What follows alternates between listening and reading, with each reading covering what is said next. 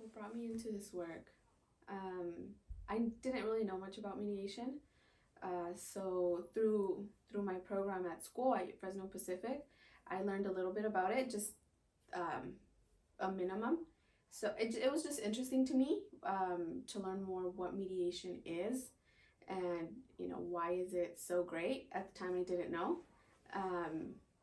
So yeah, I reached out to CJC, and I was given the opportunity to observe and volunteer, and it kind of just pulled me in, just the power of mediation and everything that it provides for families and for youth, and that's just how I stayed here.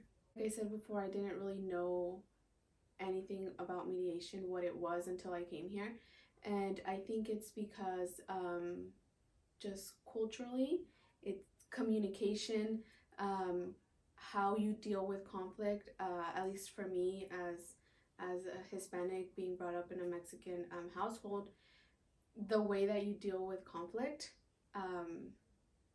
you just really don't.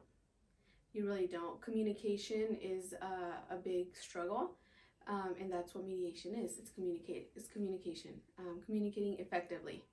So yeah, it's definitely not something that I knew about, and I think that's where it would be, dealing with conflict or how you approach conflict, and that communication. Oh, 100%. Tell me how. 100%. What we do here at work kind of spills over into your personal life, just all around. So it's really made me a better communicator. Being able to communicate with my husband, with my kids, with family in general, it's made me a better communicator, and it has given me the opportunity to understand what conflict is, and understand that it's not something that's always bad. Because from my background, you hear conflict, you think, oh, it's negative right away. It's just negative. So to understand that it's not always a bad thing, and to know how to handle it, how to approach it, and that it doesn't always have to be a negative outcome. I think what we're doing now is just really trying to provide that awareness, to let people know what we do, and that we're here, and that this stuff works.